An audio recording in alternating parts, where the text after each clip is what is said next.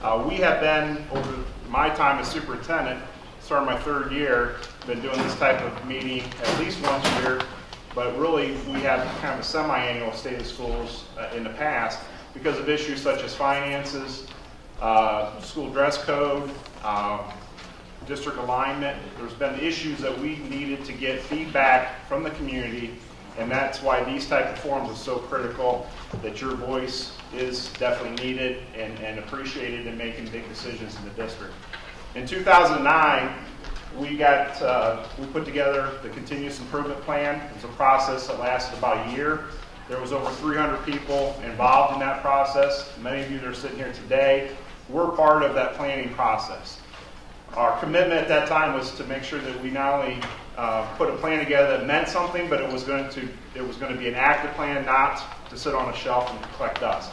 And so I'm standing here in front of you today saying that we're entering our 4th year of that 5-year plan, and we have been very actively engaged in the process. When you walked in tonight, there was a sheet of the different goal areas, and their quarterly meetings are set up for the rest of the school year. I would encourage you, if you're not already part of one of those goal areas, that you take a look at one of them and consider being involved.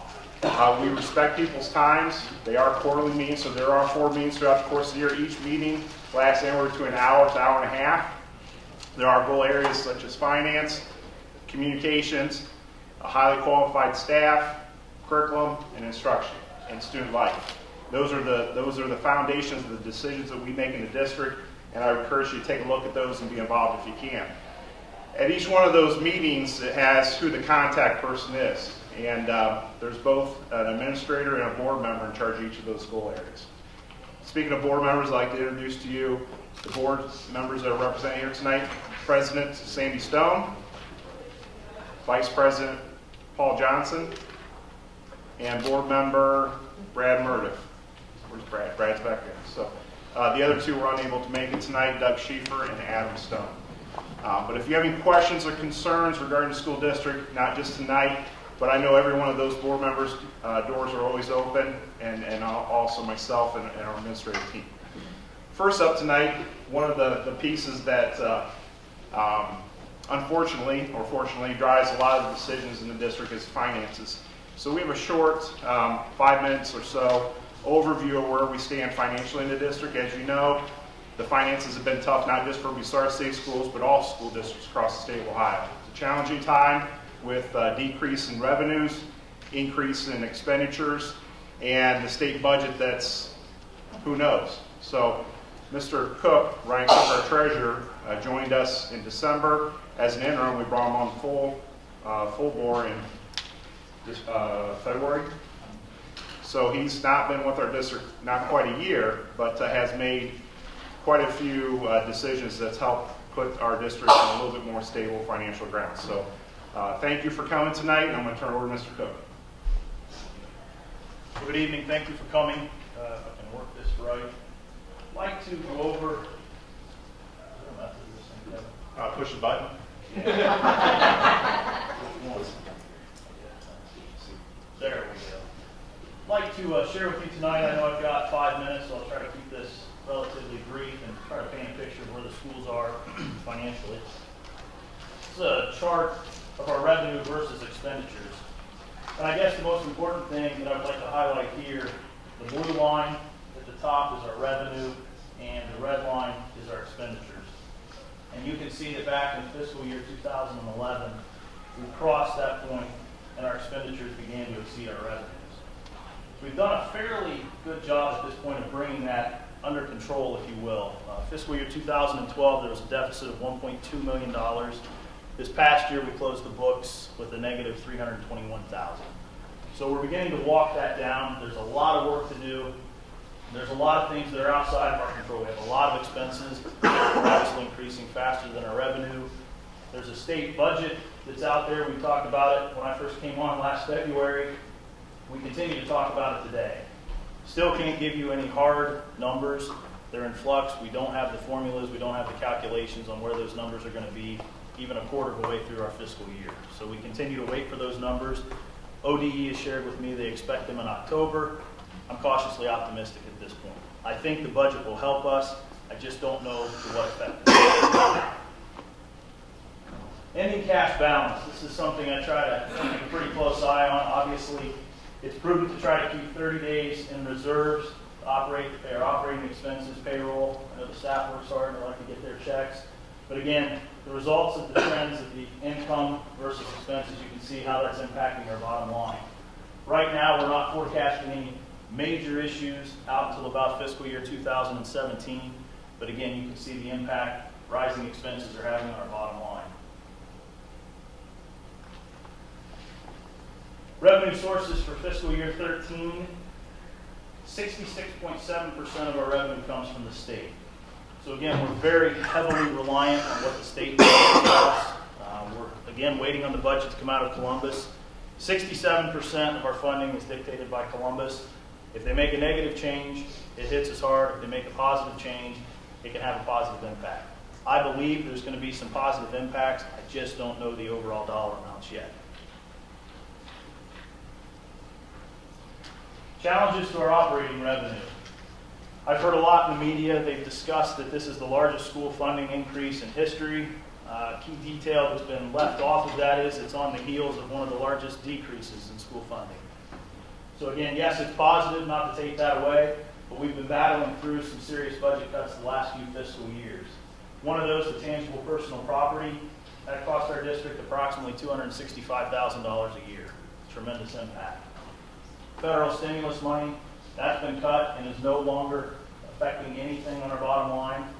And again, 67% of our revenue is from the state. Those changes have a tremendous impact on our bottom line. Casino revenue was kind of the next lottery money, if you will. Everybody looked at that as going to be the bailout package for education. It's very positive, but those numbers are trending a lot lighter than what they've estimated. We're going to receive right around $88,000 to $90,000 this fiscal year. So it's positive. We'll take anything we can get from the state, but it's definitely not going to bail us out moving forward. General fund expenditures. You can see here the big red box, salaries, sick leave, vacation, wages is approximately half of our budget. Coupled with health insurance, workers' comp, total benefits of 22%. So 72 cents of every dollar goes to salaries and benefits. That actually sounds like a lot, and it is, but most districts are right around the 85 to 88% mark. So we are running pretty lean in that regard. And again, a lot of that can be chalked up to the fiscal changes they've made over the last couple of years. A lot of difficult decisions, a lot of reductions have had to be made. But it's, again, trying to reduce that impact on the bottom line. General fund expenditures by object code. Again, the blue and the red line are your salaries and benefits. You can see in 2012 the impact of the cuts that were made. But again, as inflation begins to tick up, it doesn't save us. Our expenses continue to rise. So we have to be prudent, we have to be fiscally responsible moving forward, and pay attention to the bottom line.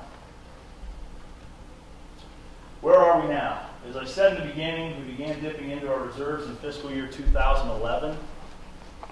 Cuts in state funding are a significant contributor to our challenges. Tangible personal property. Even with the 2011 levy that was renewed is continuing, we're still deficit spending. This is one area that I welcome anyone in the community to be involved in. I know Mr. Kimmel mentioned earlier we have financial goals committees. I would encourage you to sign up for that, volunteer your time.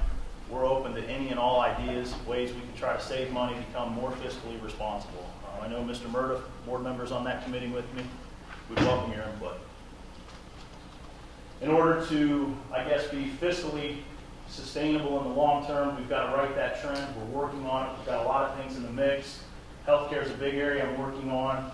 Presently looking at savings of about 20% or $440,000 a year. So there's some things we're actively looking to manage, things we're doing. We're turning over every stone we can operationally to save your hard-earned money. You've got to watch closely the state budget and funding for fiscal year 14. Again, it's just a big question mark right now. I don't know how they're planning to calculate this, what estimates they're using. Are they the same figures that came out early spring? Just don't know. Love to be able to give you an answer tonight. Hopefully it's positive as we move forward. Questions?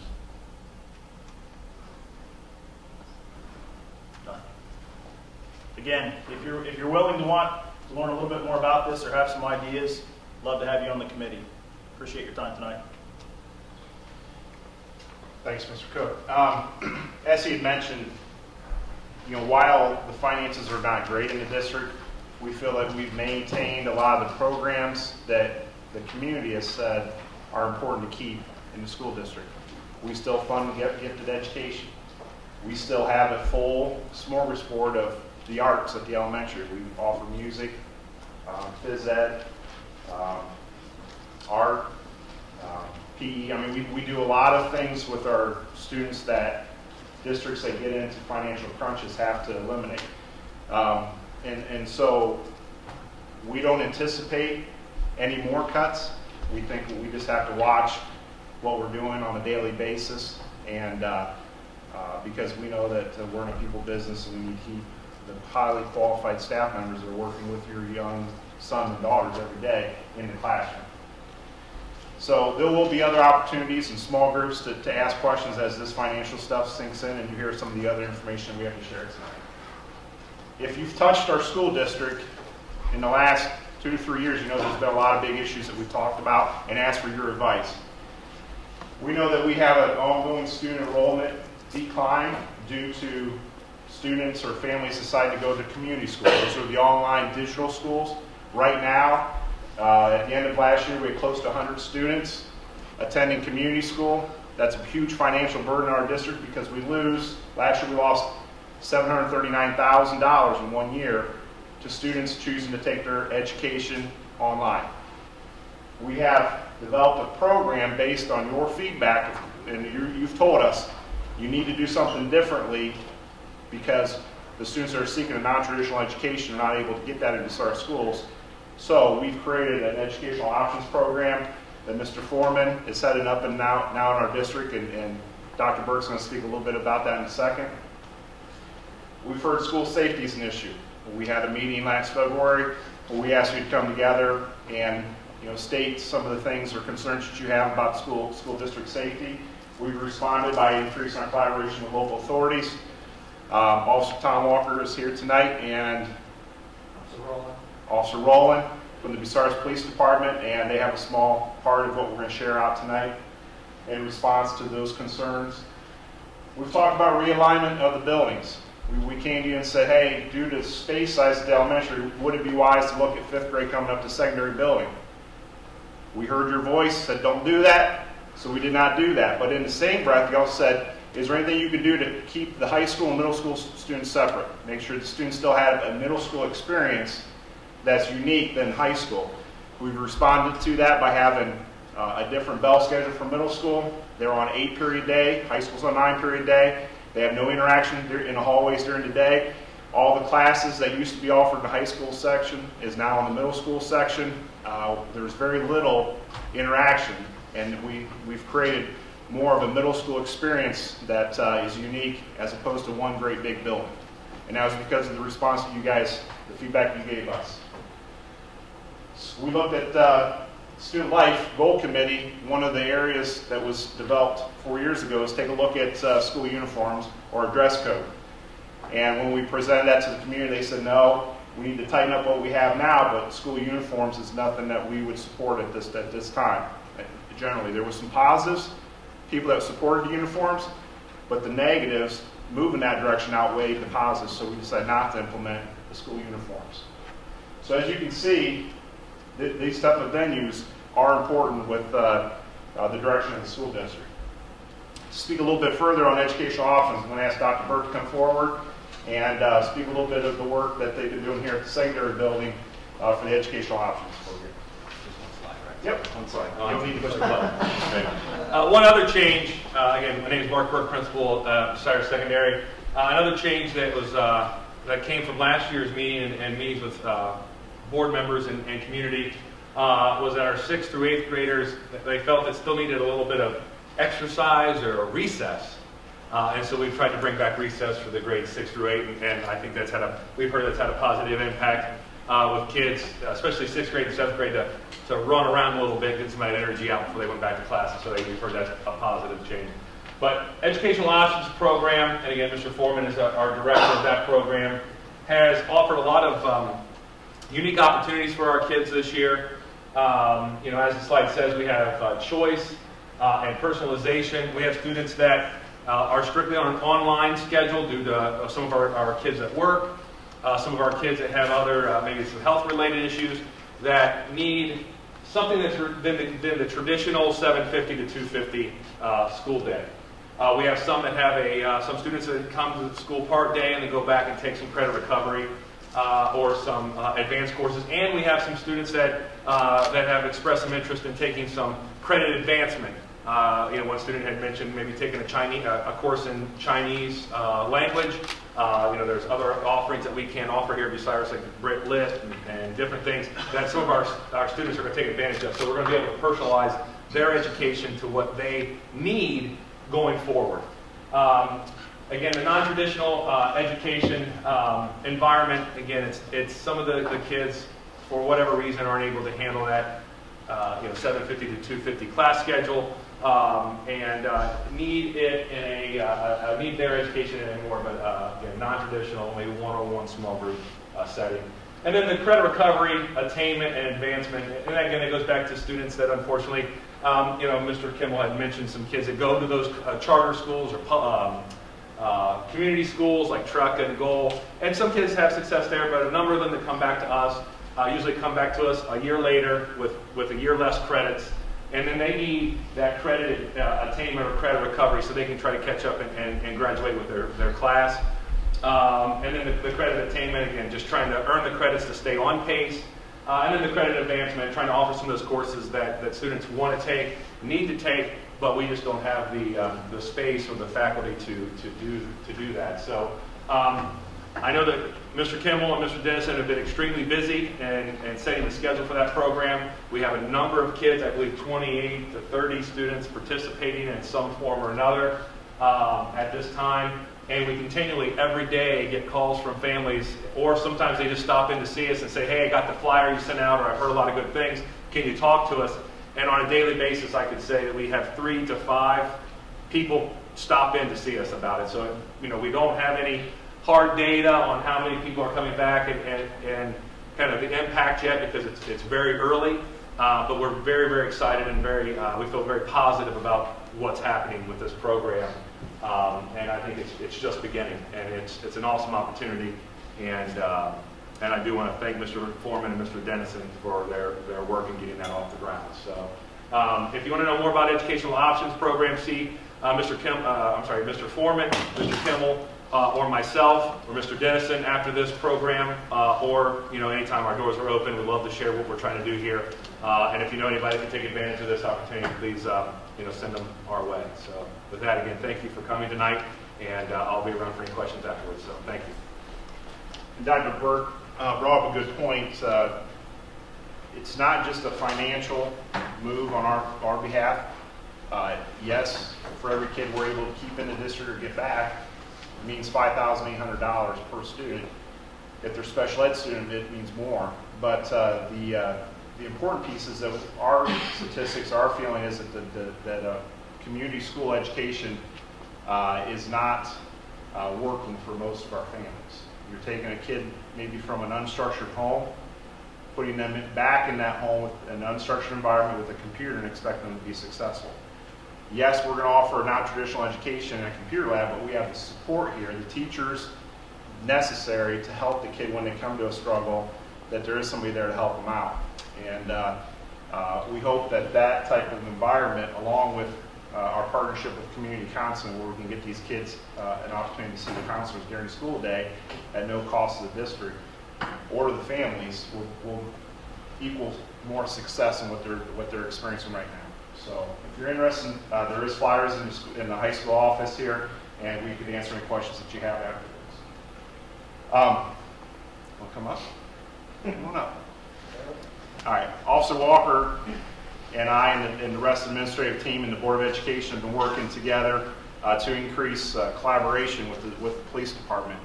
Starting this year, there is a police substation that's located here in the high school office, and maybe Officer Walker can speak a little bit about, from your vantage point, because I've been talking way too much, but from your from your point of view, what are the benefits of having somebody from the police department here from time to time? Sure. First of all, I just want you guys to know that I didn't know I was going to be speaking here tonight at all. Chief Kepke looked at me and said, hey, I need you to attend this meeting tonight. I said, do I have to speak? He goes, no, I don't think so. So I took a deep breath, and I know, that's okay, that's great, I can make an appearance and look nice. I walked in, Mr. Kimmel said, hey, do you mind saying a few words? So now I feel like a lamb being led to slaughter here, so be gentle with me as a crowd. Okay, that's all I ask. Of course, in light of the Sandy Hook incident, school security has always been an issue that has been very important, at least I believe, in the city of Bucyrus. I was fortunate enough to have gotten to work with many of the school administrators for 3 years very closely. A lot of friendly faces here. At least I don't see any knives coming in my back right now, so we're doing pretty good. A lot of people here I've worked with, so these folks really care a great deal about the students that are here in the city of Bucyrus. And again, in light of the Sandy Hook incident, and as recently as just across the United States, we just had a school stabbing. We also just had another school shooting at the beginning of this year in other districts. So obviously, school security is a huge, huge issue. And it's something I think that we all believe your children should feel comfortable and secure when they come into a school building so that they're free to learn and not have to worry about what's going to happen to them. We are currently working with the school district.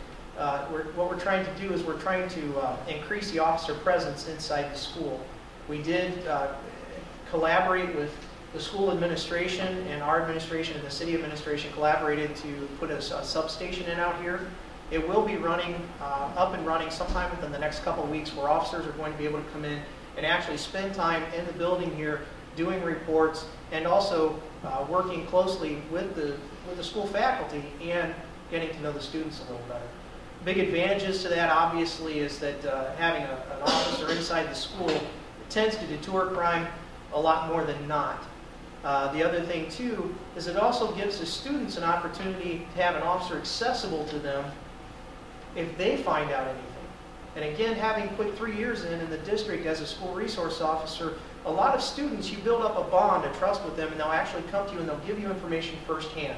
So we can start taking care of security issues inside the school before they happen, as to waiting to react afterwards. We have really put our thinking cap on and tried to go outside of the box, which is something, again, I would urge the community to engage the school administrators and the teachers. We have a lot of very ingenuitive people here that are trying to work outside of their budgetary constraints and find good economical ways to protect the community. And the same applies with the police department. We're doing the same thing. We have spent 8 months approximately talking back and forth. We have come up with some wonderful ideas and some wonderful ways to help make the students safer here. And while I'm not at liberty right this moment to discuss all of them, I can say that, again, they're very creative, and they're at very little to no cost to the taxpayers of this community. So I'm very grateful for the opportunity to be involved in this from a first-hand role and right up front. And I appreciate the school district's support and appreciate the support of the police department that they've given us in this endeavor. So thank you. No problem. One of the things that, in an ideal situation, we'd have a full-time school resource officer in both buildings. Finances from the city and from the school district don't allow us to do that. I think this is a good compromise to start the efforts of more presence with no cost to either group. But we will be seeking additional funding outside of both of our budgets to try to make that happen. Because ideally, that's what we want to see happen, is a full-time school resource officer. So, thank you. Next up is Mr. Henderson, and he's going to speak briefly on it. I will tell you, I could spend the next 3 hours on our local report card and not quite get it through all the measures. Okay, so in the attempt to try to make the local reports card clear, the school district, or the state of Ohio, had sent, I think it's been now about 3 weeks ago, sent a spreadsheet to all the superintendents of the state of Ohio before the online version was put on, and there was 104 columns in the spreadsheet for each school district based on measures that they're in an attempt to make the local report card clear. I kind of rip on the state from that standpoint, but we turn around and you'll see the online interactive report card is pretty neat. And if you haven't had an opportunity to go to OD, does it say open up the link there? Hey, I'm trying to find the cursor to access this link, so I can show you how to get there. If you haven't had an opportunity to go on the Ohio Department of Education website and click on the local report card, you need to do that. It gives you a wealth of information about your district and your buildings. We know that we have areas that we did well in. We know we had areas that we needed to really improve on. Take that. Unhook your device there. Okay. If not, Mr. Henderson has a song and dance to do for you, or I'm able to get the local report card. You go right to the OD website.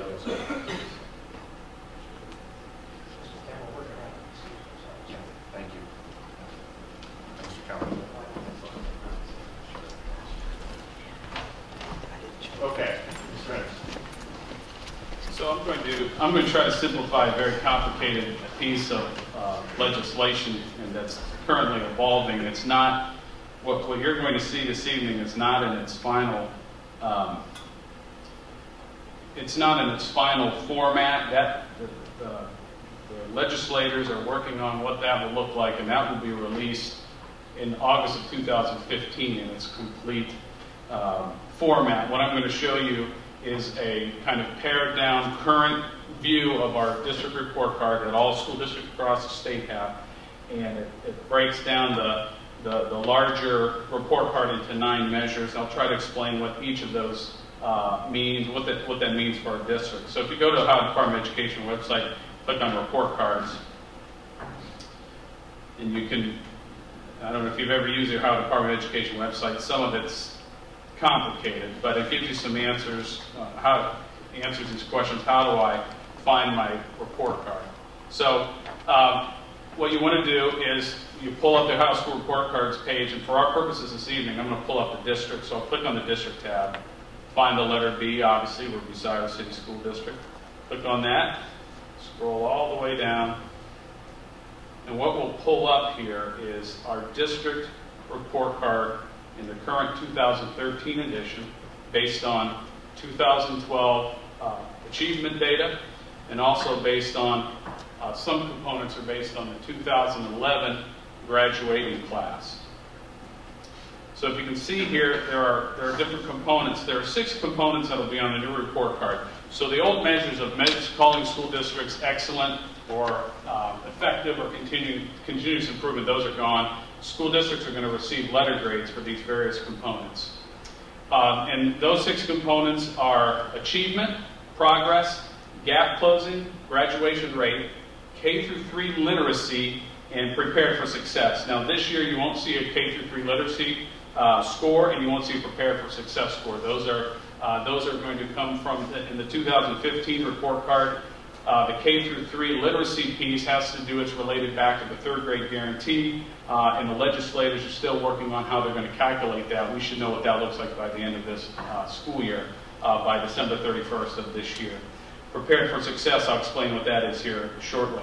But if you look at the overall report card and equate that as much as you can to letter grades for the achievement component, performance index and indicators met, received a C and a D. Over here on the progress measure, which is the old value added, which is our value added, a C for the overall student population and value added, which means that's the measure of a year's growth. That the students from the end of last year, from the end of the previous year to the end of last year, did they make a year or more worth of growth?